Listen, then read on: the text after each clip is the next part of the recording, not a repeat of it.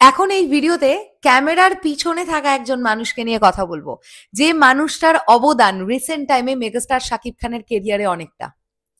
Megastar Shakib খানকে ভালোবাসে বাংলাদেশের অগণিত মানুষ, এবং আমরা যদি সেভাবে পার্সেন্টেজ করি, আমার এটা ধারণা, যদি বাংলাদেশে 100% মানুষ থাকেন, 70% মানুষ শাকিবিয়ান। যদি আগে সেই পার্সেন্টেজটা 60% হয়ে থাকতো, এখন সেটা 70%। কারণ তথাকথিত সুশীল সমাজে বসবাসকারী মানুষেরাও এখন মেগাস্টার শাকিব খানের ফ্যান। তারা নিজেরাই বলেছে, কেউ বরবাদ দেখতে গিয়ে বলেছে, কেউ তুফান দেখতে গিয়ে বলেছে, যে যদি মেগাস্টার শাকিব খানের ফ্যানেরা হয়ে থাকেন রিক্সাওয়ালা, গার্মেন্টস কর্মী, তাহলে আমরা নিজেরা একজন ডাক্তার ইঞ্জিনিয়ার হয়েই বলছি আমরাও রিক্সাওয়ালা, আমরাও গার্মেন্টস কর্মী। কারণ এই মানুষটাকে না ভালোবেসে থাকা যাচ্ছে না। আর আজকে মেগাস্টারকে মেগাস্টার বানিয়েছে এই মানুষগুলো, যারা গার্মেন্টস কর্মী, যারা রিক্সাওয়ালা, যারা দিন আনা দিন খাওয়া মানুষ। আজকে এই মানুষগুলোকে প্রচন্ড ভালোবাসেন মেগাস্টার শাকিব খান। যে যে মানুষটাকে নিয়ে এখন এই ভিডিওতে কথা বলবো, ওই যে বললাম ক্যামেরার পিছনে থাকা একজন মানুষ, যাকে আমরা ক্যামেরার সামনে খুব একটা দেখতে পাই না, costume designer Farzana Hasan. Megastar Shakib খানের তুফান থেকে তার জার্নি শুরু, তার সঙ্গে মেগাস্টারের জার্নি শুরু, এবং পরপর পরপর প্রজেক্টে আমরা ফারজানা হাসানকেই দেখতে পাচ্ছি কস্টিউম করতে। একটা জিনিস সবসময়ের জন্য খেয়াল রাখবে, তুফানে কস্টিউম মেগাস্টার শাকিব খানের পছন্দ হয়েছিল বলেই কিন্তু ফারজানা হাসান বারবার রিপিট হচ্ছেন, নাহলে রিপিট হতেন না। মেগাস্টার শাকিব খান যদি ফারজানা হাসানের কাজকে পছন্দ না করতেন, তাহলে একজন মেগাস্টারের সঙ্গে প্রতিটা ছবিতে রিপিট হওয়া এত সোজা ব্যাপার না। আর ফারজানা দিদির সঙ্গে আমরা পার্সোনালি মিট করেছি, তো ফারজানা দিদি ভীষণ ভালো একজন মহিলা, ভীষণ ভালো ব্যবহার। তো আমরা অনিক ভাইয়ের একটা পোস্ট পড়ি, এন্টারটেনমেন্ট বাই অনিক। অনিক ভাইকে তোমরা সবাই চেনো, একজন সাকিবিয়ান ভাই।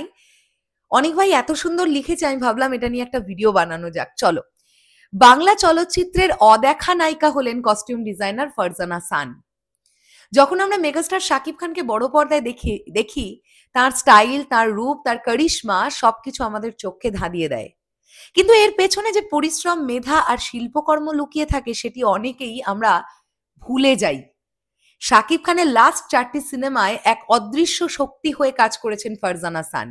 তিনি শুধু কস্টিউম ডিজাইনারই নন, তিনি একজন ভিশনারি আর্টিস্ট।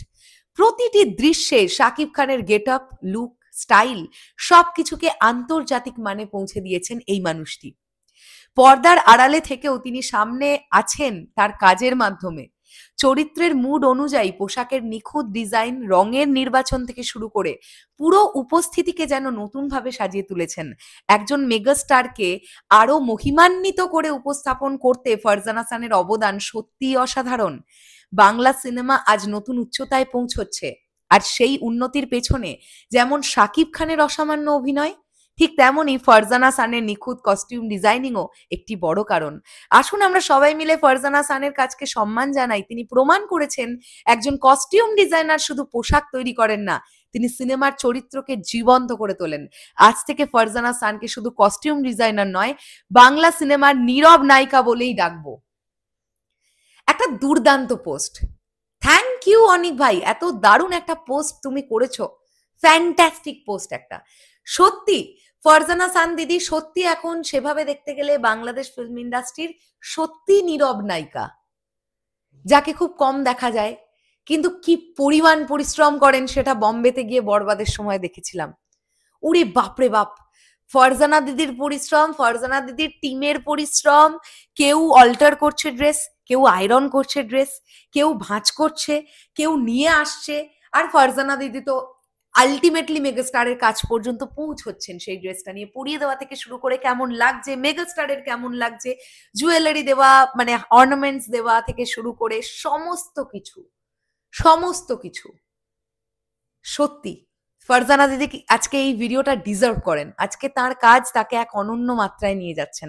আমাদের উচিত প্রত্যেকটা মানুষকে নিয়ে কথা বলা। আজকে যে মানুষটা, যে ছেলেটি না স্পটে চা দেয়, সবাইকে চা দিয়ে দিয়ে বেড়ায়, তারও সমান অবদান একটা সিনেমা তৈরি হওয়ার পেছনে।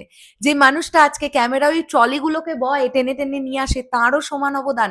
যে মানুষটা আজকে একদম লোহার রড বেয়ে উঠে গিয়ে ওই ফ্ল্যাগ লাইটটা সেট করে, তারও আজকে সমান অবদান। প্রতিটা মানুষের এই নিঃস্বার্থ এবং অক্লান্ত পরিশ্রম ছাড়া, নিঃস্বার্থ বলবো না, তারা পেয়েবল, তারা তো তাদের রেমুনারেশন পান, এই অক্লান্ত পরিশ্রম ছাড়া একটা সিনেমা দাঁড়ায় না। আর যে অনেকগুলো সিনেমা আমরা দেখি না, কোনোটা ডিজাস্টার হয়ে গেল, কোনোটা ফ্লপ হয়ে গেল, যেগুলো চললো না, বিশ্বাস করুন সেই সিনেমাটার পেছনেও এই মানুষগুলোর অক্লান্ত পরিশ্রম থাকে। বক্স অফিসে চললো কি চললো না সেটা পরের ব্যাপার, বাট আমরা এই মানুষগুলোকে নিয়ে আলোচনা কম করি। তাই ফারজানা সান দিদি আজকে এই ভিডিওটা ডিজার্ভ করেন, আর স্যালিউট জানাতে চাই সকল সাকিবিয়ানদের তরফ থেকে ফারজানা দিদিকে। এইভাবে মেগাস্টারকে বারংবার ক্যারেক্টারের সঙ্গে সামঞ্জস্য রেখে প্রেজেন্ট করবার জন্য। শেষ করলাম ভিডিওটা, আসছি আবার খুব শিগগিরই। তাহলে এখনের জন্যে টাটা।